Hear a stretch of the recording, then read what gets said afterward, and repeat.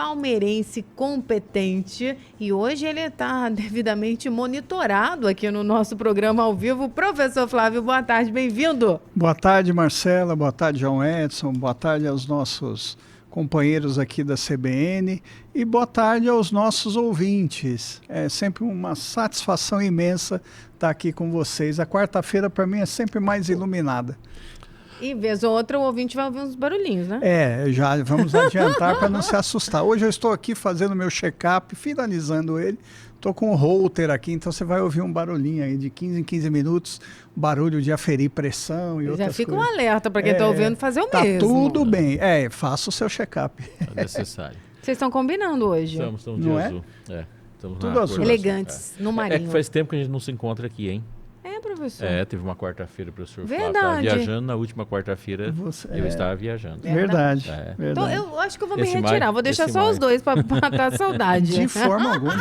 De jeito nenhum. Não, tem que aproveitar. E ele vai viajar amanhã de novo, tá audacioso, Tô sabendo, professor? tá. Lembra do poeta. Nós sem você somos ninguém. Então, mantenha aí. Professor, eu só vou deixar porque é para sua terra natal. E porque o assunto é sério. Por falar em assunto sério, cada quarta-feira ele escolhe e olha, ele é estudioso, criterioso, doutor, fala com propriedade. E hoje, professor Flávio, qual esse assunto é sério, hein? Esse assunto Muito é polêmico. Sério. É sério e é polêmico. Polêmico e impacta a vida de milhões de pessoas. Nós vamos falar hoje, Marcelo e João, do novo marco regulatório da educação à distância no país, que foi publicado essa semana e ainda está um tiroteio, porque ainda tem muita coisa para sair, mas dá para a gente passar uma visão para os nossos ouvintes do que está acontecendo e do que já saiu, né? Pelo menos das primeiras traços da novo marco regulatório da educação à distância. Flávio, eu avisei todo mundo na segunda-feira que a semana seria uma semana perigosa. Avisou mesmo. Fez alerta. Uma semana perigosa. Preparem-se. Eu vou te falar um negócio que eu vi ontem, que na publicação do marco legal, que eu achei surreal. Ia ser, como bem se faz o governo, sempre uma assinatura ao vivo, transmitida ao vivo pelo YouTube, né? E lá todo mundo esperando para assinatura ao vivo e tal. De repente, assim, e você vê no chat o maior quebra-pau. Todo mundo ou falando mal do governo, ou tentando apoiar tal. De repente, a transmissão sai do ar, não se fala se vai ter transmissão ou não, e depois se transmite uma reunião gravada com poucas pessoas assinando e fazendo um discurso sobre o marco legal. Só aí a gente já vê a polêmica que está esse assunto. Não, na rede social virou tiro, porrada e bomba. Tinha de tudo. Eu fiquei acompanhando, falei, E o que tinha de fake news também sobre o assunto? Fiquei impressionada. É por isso que eu escolhi esse tema para a gente falar, para tentar esclarecer nosso ouvinte sobre o que é e o que não é verdade, baseada na regulação. Sim. Né? E é claro, eu vou emitir algumas opiniões aqui, tecnicamente falando, até porque essa é a área que eu pesquisei no meu doutorado e a área que eu atuo, né? Então, para a gente ver o que tem de oportunidade e desafio. E, professor, uma pergunta muito pessoal, porque o que eu percebi é que é uma resposta a essa expansão, né, desenfreada da forma... o senhor também, os senhores, né, os dois são professores, também viram como uma resposta, um freio diante desse cenário acelerado, né, que acaba comprometendo a qualidade, entre outros pontos, ou não? Não é só aí. E isso também, Marcela, isso é o que mais é alardeado para justificar, na minha opinião, mas não é só isso. Na verdade é o seguinte, a educação à distância, ela tem um potencial inclusivo tremendo, porque ela rompe distâncias geográficas. Sim. Né? Então, muito se falou de expansão desenfreada, de massificação de polos, mas você vê, com tudo isso, e com o EAD sendo responsável por 53% das matrículas em ensino superior no Brasil, a nossa taxa de escolaridade líquida no ensino superior, ou seja, a quantidade na faixa de 18 a 24 anos, que é a idade correta de você estar na universidade, ela é 23%. Em outros países do mundo, principalmente desenvolvidos, isso a média está em torno de 47. E isso porque a educação à distância expandiu muitas matrículas e ajudou a chegar nesse número. Sim. Porque quando começou essa expansão, se você pega lá os anos 2000, estava em torno de 8%, 9%. Né?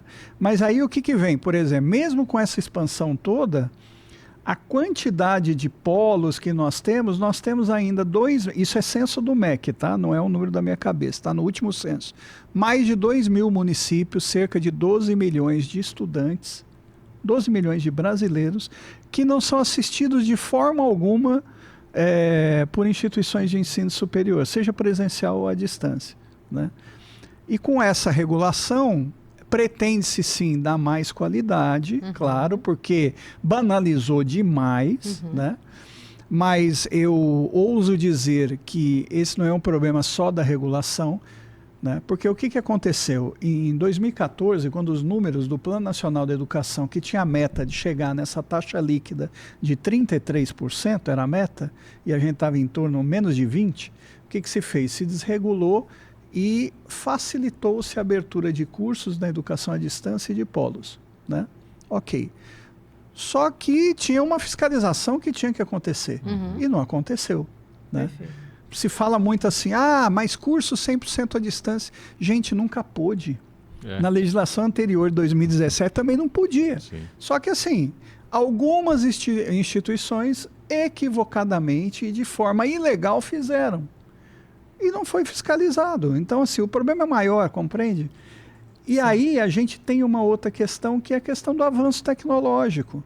Né? Nós temos hoje tecnologias emergentes e possibilidades de combinar tecnologias e processos mediados por tecnologias que traz uma riqueza para o processo de ensino-aprendizagem que nós nunca tivemos. Né? Então, assim, a legislação precisava ser atualizada. Eu vejo que a gente... Já vou colocar a minha opinião aqui sobre essa questão. Para mim, a gente tem um problema seríssimo no Brasil. E afeta a educação em cheio. Como nós falamos de educação, eu vou centrar na questão da educação. Assim como existia abuso nos cursos... existe abuso nos cursos à distância, existe abuso nas faculdades presenciais. Muitas faculdades presenciais, elas são meramente comércios de diploma e não são fiscalizados. O que acontece? O nosso remédio no Brasil é sempre muito ruim. Você tem 10 coisas em funcionamento. 3 é ruim e 7 está funcionando bem. Devido às 3 ruins, fecha-se tudo. Pois é. Ao invés de corrigir o erro. Eu enxergo, Flávio, esse novo marco regulatório como um retrocesso se a gente considerar todo o processo tecnológico e avanço. Se você considerar os avanços da tecnologia, João, certamente você está correto. Por quê? Nós temos hoje, com as tecnologias que temos, chance de nem personalizar, vou falar de ultra-personalizar o processo de ensino-aprendizagem. O marco legal não contemplou isso adequadamente. Na realidade, a gente pensou o marco legal dentro de uma perspectiva tradicional de educação. Sim, exato. Né? Sem contemplar toda a riqueza de oportunidades com a tecnologia que nós tínhamos. Exemplo disso? Presença. Focou-se presença física. Presença não é mais física hoje. A própria teoria sobre educação à distância fala de presença social, presença tecnológica. Gente, onde é que você está mais presente? Num curso presencial em que você está dormindo lá no fundo ou num curso por Zoom que você está sendo mediado por um professor, interagindo com ele, fazendo um quiz em tempo real, onde há melhor interação? Sim. Então, assim, a presença não é a presença que demanda isso. Ou melhor, a presença não é mais só física, né? E a gente focou muito nesse novo regulamento a questão da presença física. Exigir presença física demais pode, inclusive, atrapalhar o acesso a gente que é de lugar distante conseguir estudar. Mas foi uma prioridade do MEC, porque eu imagino que tem um grupo de pessoas que organizam que tem que ter um preparo para isso. Por que, então, essa insistência no presencial, professor? Porque estão capacitados para isso, estão olhando as fragilidades do Brasil todo, os desafios e a tecnologia é algo muito forte, a pandemia, né, traz de forma muito latente esse cenário. Então, a gente, daqui a pouco, né, professor, a gente vai dizer que a gente está dando passos para trás ao invés de caminhar para frente? Mas a gente acaba vendo um pouco disso. Eu acho que, assim, infelizmente, esse novo marco regulatório foi mais para dar respostas à pressão de diversas entidades, sindicatos, conselhos profissionais, né? E assim, a demanda por qualidade é legítima, né? Só que, assim, tem que ser um marco que seja compatível com o momento tecnológico que nós vivemos. E mais do que isso, não adianta eu ter um novo marco falando aí, eu não fiscalizar. Então, o papel fiscalizatório tem que passar a funcionar, né? Eu vejo o seguinte, esse marco ele não garante melhorias. Ele garante um arroxo institucional sem garantir necessariamente a questão da melhoria. Porque a melhoria ela passa por uma série de fatores. Uma delas, não é todas, uma delas é a fiscalização. Ela é necessária ter uma fiscalização, um controle, ter um sistema de controle que nós não temos. Normalmente o sistema de controle no Brasil é por a proximidade política. Se você tem uma proximidade de poder político, a sua instituição faz de tudo, né? Sim. É uma coisa séria. Uma outra questão, instituições públicas no Brasil, não vou aqui citar nome, claro, está cheio de instituições públicas, governamentais, com dinheiro público que faz parceria com instituições que recebem processo, parceria com instituições acusadas de vender certificado, parcerias com instituições que na prática, faz funcionalidade de turma fora de sede e documenta fora de sede como se estivesse. Quer dizer, conjunto de coisas irregulares que o próprio poder público também. E aí quando você cutuca nesse negócio, aí procurando, lá na ponta tem um político, tem alguém com grande poder que é acionista, Perfeito. que está ligado em alguém, que faz uma série de coisas. Usando uma linguagem metafórica. As instituições que fazem a coisa certa e séria ficam São alijadas barradas do processo. É bem isso, Já João. viu o discurso, Flávio? E eu acho que eu posso dizer isso pela convivência que eu tenho. Já vi o discurso seguinte: essa instituição é muito boa, só que ela é inflexível. Não dá para a gente fazer um acordo com ela. Aí. O inflexível significa o seguinte: inflexível? Não dá jeitinho. Agora, essa legislação, ela vai ajudar a acabar com as banalizações que a gente tem visto muito, assim, né, de curso a R$50, com nenhuma aula prática, isso vai. Então, esse é o aspecto positivo dela. Só que não precisaria de uma legislação para isso, era só exercer o poder fiscalizatório. Mas, enfim, ela deixa de lado, na minha opinião, um outro problema que é muito sério, que é o que a gente chama de economia de plataforma. Hoje, quando você fala em educação à distância, você tem um monte de startup oferecendo conteúdo, plataforma, aulas gravadas, um monte de questão que você não tem controle nenhum sobre a qualidade. O mercado controla. Mas vem cá, vamos pegar a área financeira, as tal das fintechs. Sim. A fintech pode agir e atuar de forma irrestrita? Não, tem que passar lá no crivo do Banco Central, né? Então, as edtechs deveriam. Sabe por quê? O risco de você ter um nível de padronização do mesmo conteúdo para todo mundo e que tira a riqueza do processo de ensino-aprendizagem. Né? Então, a gente tem que olhar para isso. E isso ficou de lado, por enquanto. Né? Por que eu digo por enquanto, gente? Porque, assim, são as primeiras, é o decreto e as primeiras portarias, as duas primeiras. O próprio Ministério da Educação já disse que vai soltar uma série de outras portarias. Vamos ver o que vem, né? Você tocou num assunto que vai dar um outro programa, num outro momento para discutir isso.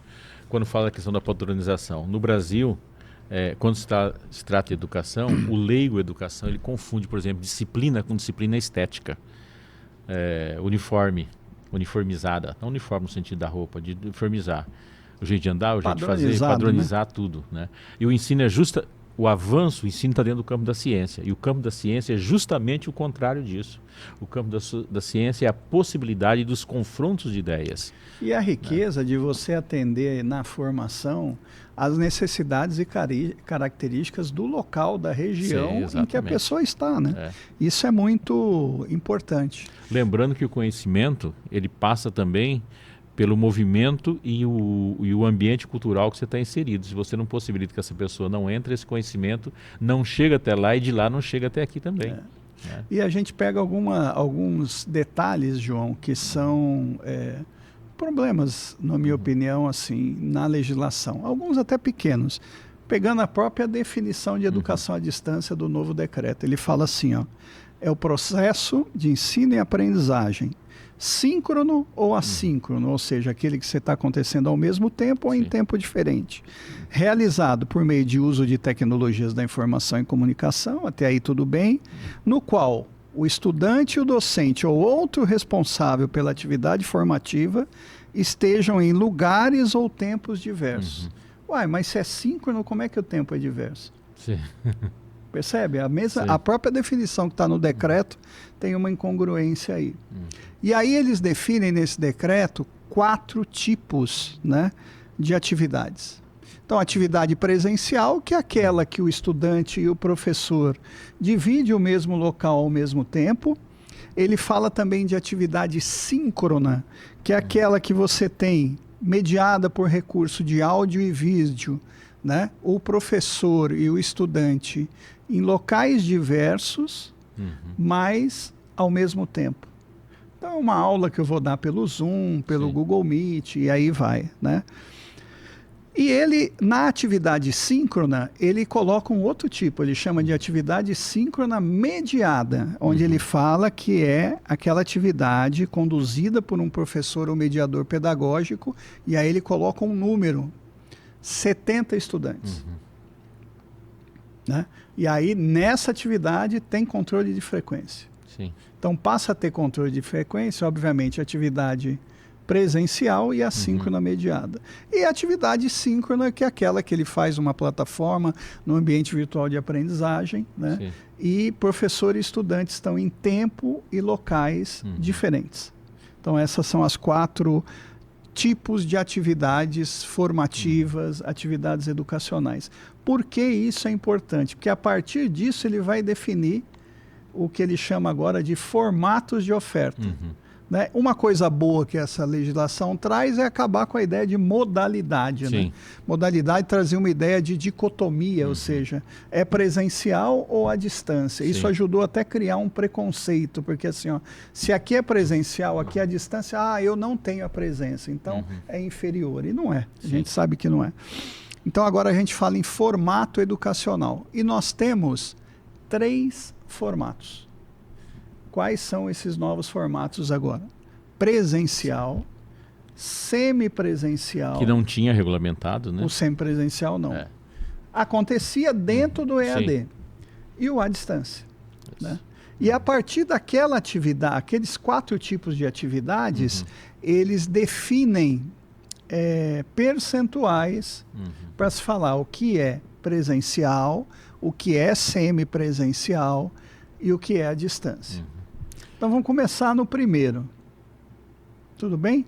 Primeiro é o quê? Presencial. O que é o presencial? A maioria conhece. Né? A maioria conhece. Mas aí que vem a questão da informação distorcida, né? A imprensa soltou muito assim, ó. Não pode ter EAD no direito, na enfermagem, na psicologia, na odontologia, na medicina. Ok, não pode ter uma oferta EAD que a gente já vai falar o que é. Mas pode ter oferta presencial. E a oferta presencial pode ter até 30% da carga horária total do curso em atividades à distância ou atividades síncronas mediadas. Então, direito não pode ter EAD. O direito é presencial e 30% do curso de direito, da carga horária total do curso de direito, pode ser à distância. O que eu particularmente acho para todos os cursos fundamental. Por quê? Porque é a hora que você trabalha a competência tecnológica. Né? Qualquer estudante em qualquer profissão hoje precisa saber lidar com tecnologia, interagir por tecnologia e trabalhar por tecnologia.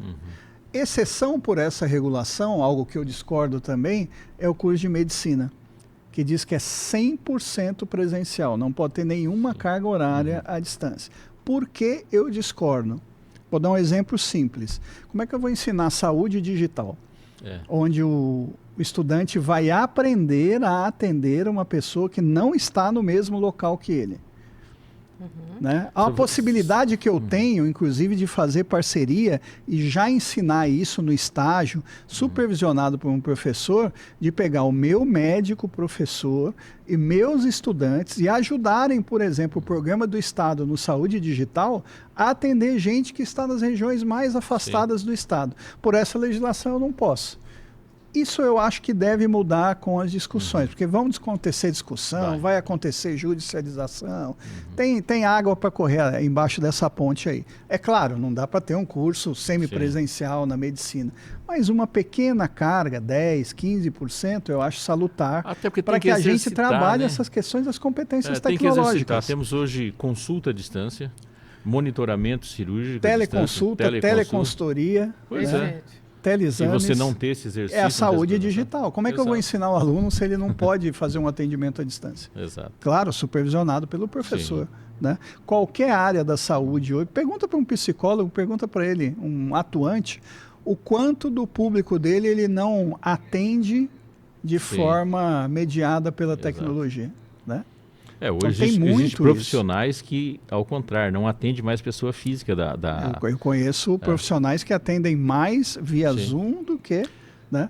E quando precisa, conforme as resoluções de cada conselho, ele atende presencial, periodicamente, aí vai.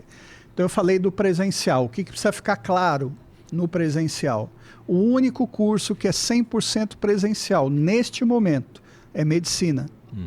Eu não posso ter semipresencial ou à distância no direito, na enfermagem, na medicina, né, já falamos, na odontologia e na psicologia. Esses cursos, contudo, exceção da medicina, podem ter até 30% da sua carga horária em atividades à distância, seja síncrona ou assíncrona. Ok? Então falamos do presencial. Presencial, levantou a mão ali. O Washington Guimarães avisa que o repórter CBN nos pede atenção. Presencialmente ele levantou a mão. Daqui a pouco a gente continua. Esse assunto é muito interessante. Não saia daí que a gente volta bem rápido. Quarta-feira, 21 de maio de 2025.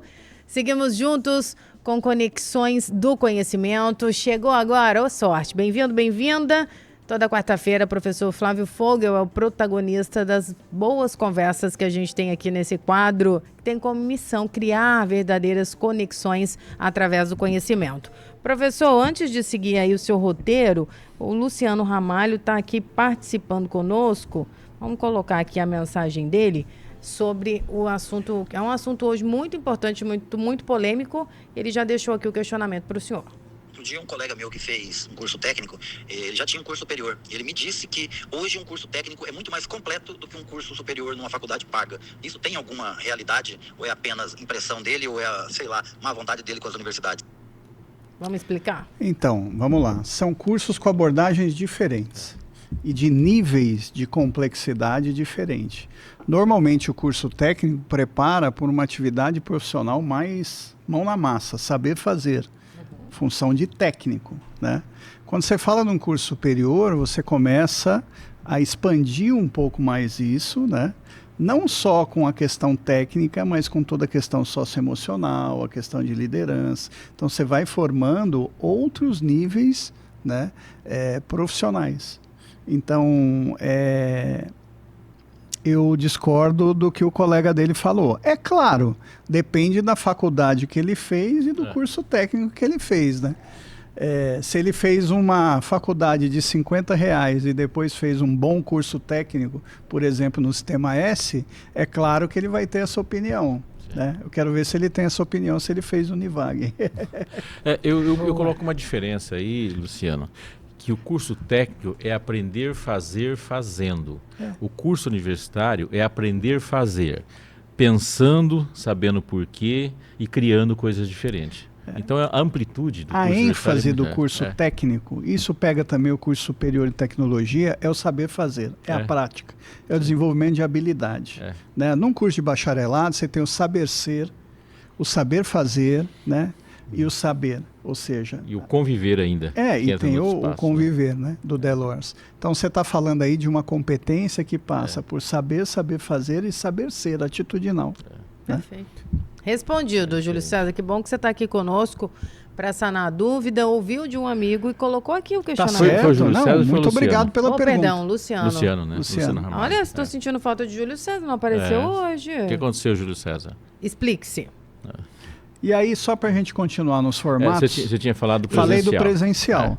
Aí tem a figura agora do semipresencial. O que é o semipresencial? A regra geral é aquele curso que tem 50% das suas atividades sendo presenciais, ou sendo 30% em atividade presencial e 20% naquelas atividades síncronas mediadas.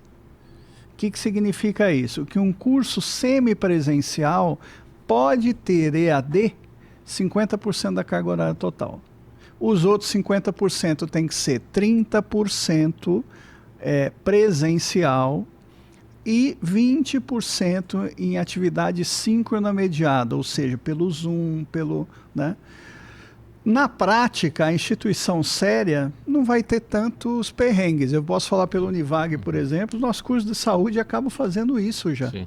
Né? Eu não tinha figura na legislação do semipresencial, a gente falava à distância, mas assim, os meus estudantes, por exemplo, de fonoaudiologia, de 15 em 15 dias estão lá no final de semana, sábado o dia inteiro, às vezes domingo, fazendo o quê? Práticas em nossos laboratórios. Né? Então, assim, agora, aquelas instituições que ofertavam cursos da saúde sem nenhuma carga horária prática, às vezes sem nenhum encontro presencial, né? Quando você olha o polo era menor que esse estúdio aqui, aí é complicado, os caras têm que relatório final assinado por terceiros. Exatamente, não dá, né? Então volto a dizer, o que estava de errado, né? Estava de errado as pessoas que banalizaram e não eram fiscalizadas adequadamente. Só que é o seguinte, o MEC também fala na regulação a seguinte questão, isso aqui é a regra geral do semipresencial. Mas a diretriz curricular de cada curso, diretriz curricular nacional, é o documento legal que norteia como o curso deve acontecer. Tem um para cada área, você tem um da arquitetura, tem um da medicina, tem um do direito, e aí vai. A DCN, o ato do ministro, pode colocar uma carga superior. E foi o que ele fez ontem. Ontem ele soltou uma portaria que falou que para os cursos de saúde e bem-estar, de agricultura, veterinária e as engenharias, a carga horária EAD é de 40%. Por quê? Porque 40% dessa carga horária é em atividade presencial, da carga horária total, e 20% pode ser em atividade presencial ou síncrona mediada. Na prática, então, um curso semipresencial na área da saúde vai ficar muito próximo do presencial. Porque o presencial não pode ter 30% EAD. Sim. Eu estou falando que o semipresencial na saúde vai ter 40% EAD. Né? Então, isso é o semipresencial. E aí, eu tenho o que eles chamam de formato EAD. No formato EAD, é mínimo de 10% de atividades presenciais e 10% de atividade síncrona mediada. Ou seja, 20% da carga horária nisso. Nós, por exemplo, no Univag já fazemos isso até um pouquinho mais. Então, assim, volto a dizer, instituição que trabalhava seriamente não vai ser quase nada impactada por esse regramento. Né? As que banalizavam estão aí, desesperadas. Então, esses são os formatos. Qual é a minha crítica a esses formatos? Ele deixa de lado, ao pegar só 3 formatos possíveis, outras oportunidades ricas de oferta. Eu vou dizer uma que está crescendo no mundo todo e está aqui no limbo por enquanto. Diga. Que é o que a gente chama de High Flex. O que é o High Flex? Eu tenho a aula acontecendo no presencial e também transmitida ao mesmo tempo ao vivo. E você dá a opção do aluno, olha só, conveniência dele assistir presencial ou ao vivo. Ele escolhe. Você dá o poder de escolha à conveniência ao estudante. Isso é o que há de mais moderno, o que há de mais crescente no mundo todo.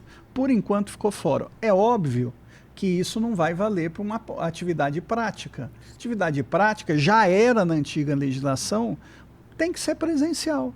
Né? Agora, uma aula teórica, nossa, você saiu tarde do trabalho, você vai pegar um baita trânsito. Não, vou assistir aqui do escritório mesmo. Eu não preciso me deslocar até a universidade.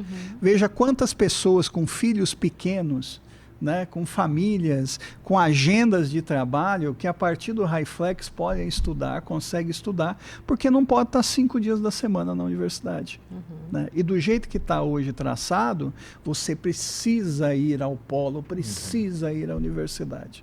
Né? Então, falar que tem outros fatores, né, Flávio? Isso perde essa riqueza, Marcelo. Trânsito, nós falamos em proteção do planeta, questão de queimar combustível, economia de veículo do lado do outro, diminuir acidente, tem uma série de coisas. Exatamente. Né, para ver a mesma coisa. Eu imagino o seguinte, as minhas disciplinas, elas sempre teve bastante no campo das teorias. Para mim sempre foi indiferente. Eu podia dar aula por telefone, posso dar aula... A presença física é só para aquecer o ambiente, nada mais do que isso. Eu dou aula na pós, HyFlex, no Univag, né? Boa parte dos meus estudantes que tem no interior todo, quando estou dando aula no curso de pós-graduação em recursos humanos, está pelo interior assistindo ao vivo. Quando eu defini, falei assim, olha, eu vou fazer uma aula prática com vocês sobre inteligência artificial, que é importante para a formação de vocês. Combinamos previamente, todos vieram para o Univag e a gente fez um laboratório, né, de tecnologia. Então, isso é o HyFlex. O HyFlex, por enquanto, veja bem, por enquanto, está no limbo. Por que por enquanto? Porque vai ter conversa com setores, vai sair mais portaria. Com certeza vai ter ajuste nisso aqui, né? Ouso dizer assim, aferir, e vai ter ajuste nisso. Ô, professor, eu comecei dizendo, retroagimos, né, com essa portaria, porque é claro que existe um número que explodiu e trouxe muitos benefícios.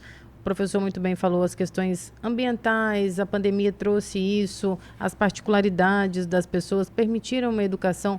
E quando tem essa exigência de presencial, parece que está colocando todo mundo na mesma prateleira do desinteresse, da facilidade. Isso. Não é isso. Não. Não pode ser assim. Então, precisa haver um debate mais intenso, porque essas particularidades, eu acho que a forma de fiscalizar, de realmente ter ali essa avaliação para saber desse ensino, agora não dá, para resolver, vamos colocar todo mundo na prateleira do presencial, como se o presencial fosse resolver a questão do interesse, porque não vai. Eu estou achando até infantil, uma mãe que diz assim, não, você vai ficar aqui para fazer na minha frente. Bem não isso. É E a gente sabe, Marcela, que assim, não é estar fisicamente presente que garante a aprendizagem. Não, mesmo. E eu sempre disse para a modalidade, e agora eu falo no novo termo formato. Não é formato que garante a qualidade educacional. Exatamente. Né? Assim, você tem faculdade aí que é presencial 100% e é nota 2, né? Ruim. Né? E aí eu conheço cursos que são à distância e muito bem estruturados, né? Muito bem estruturados. Facilitam a vida, o acesso. Inclusive, o Flávio, dentro de uma instituição, é difícil falar isso, mas eu de fora das instituições, considerando que eu já fui avaliador, tá? Posso falar essa questão. Existem faculdades que, para aprovar o curso, contrata o professor, mas não o professor, contrata o currículo de um professor. Mas na prática quem dá aula, muitas vezes é outro. E aparece lá. E é tão fácil descobrir isso, mas me parece que ninguém quer descobrir isso. E aí não dá para esperar que essa faculdade vai tirar boa nota. E quem que dá aula no lugar desse professor? Alguém que fez uma graduação, alguém que seja um meio prático ali. Tem um tipo de professor que eu sempre reclamei dele, que é o instrutor de apostila. Agora não é mais apostila. Transmissor de conteúdo. Eu já tive alguns desses, professor. Antigamente era assim, eu chegar a distribuir a apostila, vocês lêem aí, depois vocês apresentam para mim. Ou no máximo ele levanta e lê, só lê em voz alta. Hoje tem um cara da internet, né? Passa o vídeo, passa o negócio, fala, o que vocês acharam? Escreve o que vocês acharam aí. Pega o que acharam e vai embora. Essas faculdades existem. E tem uns da internet bem melhores do que o que está lá presencial. Posso dizer também. Sim. A minha filha estuda com alguns do YouTube, que eu fico impressionada com a dinâmica, como eles prendem a atenção. Semana passada eu te falei que eu fiz mais 30 cursos de IA e ciência de dados já. Lembra que eu te falei? Você tá uma máquina a também. A maioria não, 100% fez tudo ao vivo ou assíncrono. Tudo pelo EAD. Tá vendo? Né? Eu consegui fazer curso na Johns Hopkins University, que é uma universidade americana de ponta, em Harvard, no Michigan State University, todos os cursos EAD. Aula gravada, mas eu queria tirar dúvida com o professor, trocava ideia com ele no fórum, ele me respondia e aprendi. Né? Com certeza. Então, professor, eu vou aproveitar, vou até colocar uma mensagem aqui do Eduardo, que perguntou se isso já está engessado, está pronto, ou se esse debate vai poder deixar esse limbo que o senhor citou aí, tipo, como essa situação. É assim, ó, publicou-se o decreto. O decreto também fala, de ontem para hoje saiu a portaria de transição. Essa portaria de transição fala em 2 anos para as instituições se adaptarem. Entendi. Só que aí tem uma coisa que é importante para a gente falar, até para tranquilizar os estudantes, né, Marcela? Assim, ó, quem está fazendo o curso hoje e ingressou antes dessa modificação, vida normal. Ele tem direito à matriz que ele está fazendo, ele não pode e não será impactado. Pela própria norma, quem entrar a partir de agora, né, pode pegar grades de transição. Mas como as instituições têm 2 anos para se adaptarem, vai ficar muito a critério. E ainda tem muita coisa para sair aí de regulação. Eu acho que assim, por exemplo, na virada do ano agora, você não vai ver tanta mudança, mas de 25 para 26, a entrada de primeiro semestre de 2026 já vai estar bem modificado. E aí, o que você tem que buscar? O que valia antes para o curso presencial, busque uma instituição séria, busque uma instituição que tenha qualidade para você não cair em nenhuma armadilha, né? Nós estamos falando, as pessoas olham educação só por preço muitas vezes, né? E caem em umas armadilhas danadas, porque compra o curso mais barato e depois não faz nada. Fica arrependido. Mas não tinha conteúdo, só fica, né, com conversa. Para que você faz um curso superior? Para melhorar de vida. O desejo primordial é esse. Você vai buscar estudar para melhorar de vida. Aí a pessoa faz um curso superior, de qualquer jeito, pelo preço, e o que acontece? Continua lá no emprego que não é de ensino superior, porque não agregou valor. Ficou no raso, não tem repertório. Exatamente. Isso para mim é um crime. Uma instituição fazer, né, uma coisa dessa é criminoso. Por quê? Porque você está frustrando os sonhos das pessoas. Cara, assim, você pode impactar a vida de uma pessoa, assim, pro resto da vida, porque a pessoa fica frustrada, né? Onde vai a autoestima dessa pessoa? Tem mais ouvinte aqui pedindo para destacar os pontos de mudança. Estão interessados aqui no assunto. Eu vou mandar um abraço ao Maurício, nosso ouvinte motorista de aplicativo, que está dizendo que trabalha o dia todo e estuda à noite, professor. Então, os pontos, ele já está estudando. Então, para ele não deve ter mudança. Isso, importante. Né? Isso é o mais importante. Mudança é a partir de agora, né? Mas o que vai acontecer daqui para frente? Então, nós vamos ter só esses 3 formatos, presencial, semipresencial e EAD. Né? As disciplinas, né? Os cursos e as unidades curriculares, as disciplinas, acontece uma questão também. Algo que uma instituição séria já tinha, né? Ou seja, é obrigatório ter um coordenador de curso, né? Você tem que ter uma pessoa para você conversar e saber da gestão. E isso é uma coisa maluca, porque eu, como avaliador de curso pelo MEC, cansei de ver assim, eu avaliar um curso no Rio Grande do Sul. Aí o avaliador era o Joãozinho. Aí eu avaliar lá em Fortaleza, quem que eu encontrava lá com o avaliador do mesmo curso daquele grupo educacional? O Joãozinho. Aí eu vim avaliar em Goiás, eu falei, não, Joãozinho, você de novo? Não dá, né? E aí você passa a ter um professor regente, que é o professor responsável pela disciplina e as mediações. Além disso, um mediador pedagógico e um tutor, né? Além do professor conteudista. Então, o professor pode ser regente, responsável pela disciplina, pela interação, e também responsável pelo conteúdo. Assim como você pode ter um professor que confeccionou o conteúdo e um que lecione. Né? É como se você comprasse o livro do Flávio, mas o João que leciona, usando, isso é natural. Né? Então, isso é o que vai acontecer enquanto interações com o professor. Então, você passa a ter professor regente, professor conteudista, mediador pedagógico, que é o antigo tutor, e o tutor, só que o tutor agora é eminentemente administrativo. Perfeito. Dá tempo de colocar uma última mensagem Claro. da Luciana, que ela, pelo que ouviu a nossa conversa aqui, o Faleiro, ela está dizendo que poderia haver uma fiscalização mais intensa, diária ou semanal. O que eu penso é que eles delegaram, ao invés de investirem em fiscalização. Ela está dizendo aí que não gostou muito não, que poderia deixar o formato, fiscalizar como se deve, e aí não precisava dessa mudança. Acho que foi isso que ela Concordo. Bom, é exatamente, ela está falando exatamente que foi Tipo, o tom da nossa conversa. Exatamente. Né? E considerando que o processo de aprendizagem ele é cíclico, ou seja, bimestral, semestral, anual, né, a fiscalização não precisa nem ser tão forte assim. Se você fizer uma fiscalização no final de cada ciclo estabelecido, ou seja, o cara estudou sociologia, tem uma avaliação sobre sociologia, estudou tecnologia da comunicação, ao final ter uma avaliação sobre isso, seria suficiente para você ter um sistema de controle.